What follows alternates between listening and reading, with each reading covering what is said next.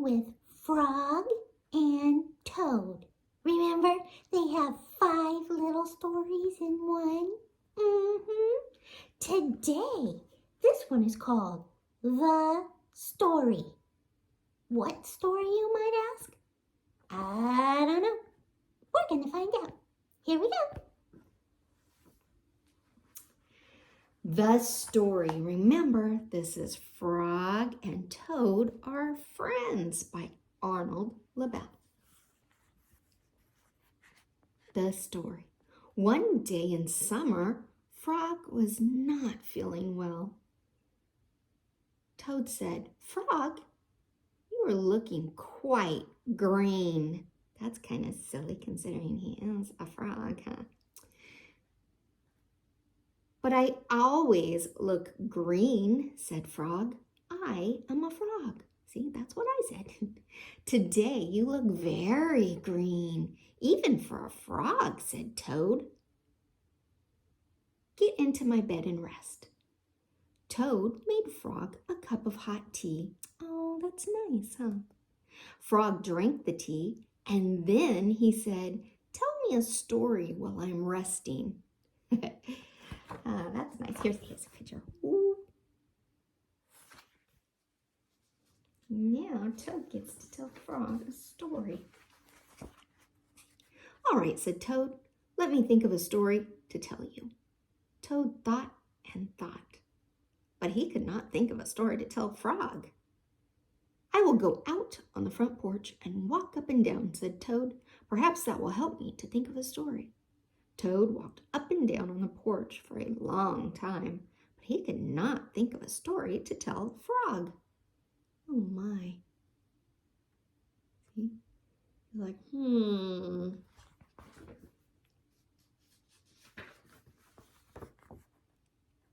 Then Toad went into the house and stood on his head. "Why are you standing on your head?" asked Frog.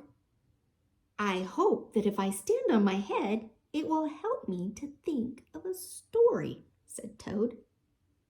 Toad stood on his head for a long time, but he could not think of a story to tell Frog. Probably because all the blood rushed to his head. Silly Toad. Then Toad poured a glass of water over his head. "Why are you pouring water over your head?" asked Frog. "I hope that if I pour water over my head, it will help me think of a story," said Toad.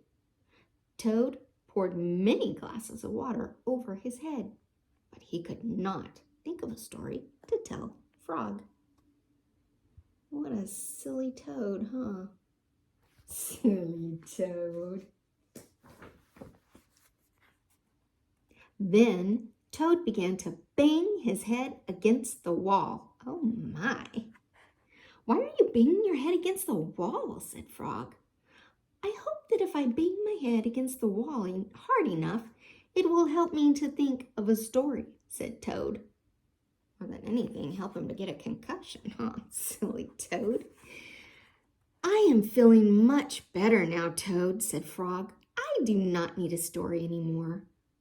"Then you get out of bed and let me get into it," said Toad, "because now I feel terrible." Frog said, "Would you like me to tell you a story, Toad?" "Yes," said Toad, "if you know one." Silly Toad, huh? He's doing all these silly things that are not good for him, and now he made himself not feel good.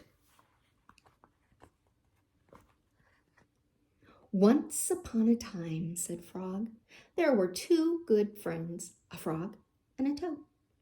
The frog was not feeling well. He asked his friend Toad to tell him a story. The toad could not think of a story. He walked up and down on the porch, but he could not think of a story. He stood on his head, but he could not think of a story. He poured water over his head, but he could not think of a story. He banged his head against a wall, but he could not think of a story. Then Toad did not feel so well, and the frog was feeling much better. So the toad went to bed and the frog got up and told him a story. The end. How was that, Toad? Said Frog. But Toad did not answer. He had fallen asleep. Hopefully you didn't have a concussion. Goodness, Toad. Well, that is the end of our story. I love you guys. Wow! You know, I don't know if maybe Toad had rocks in his head, because you don't bang your head against a wall. You know, that's not going to help you think. I hope you never follow after Toad. Maybe follow after Frog. He had the right idea. Well, we'll talk to you later. Love you.